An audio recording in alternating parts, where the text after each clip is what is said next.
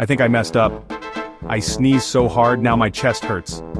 Is this even possible or am I just being dramatic? Let's break it down. Pun intended. Sneezing can launch air out of your nose at over 100 miles an hour. That's some serious nasal horsepower. But breaking a rib? It's rare but possible, especially if you're older or have brittle bones. For most people, your ribs will survive, even if your pride doesn't. So next time you sneeze, bless you and your skeleton. Stay curious and maybe keep those ribs wrapped in bubble wrap.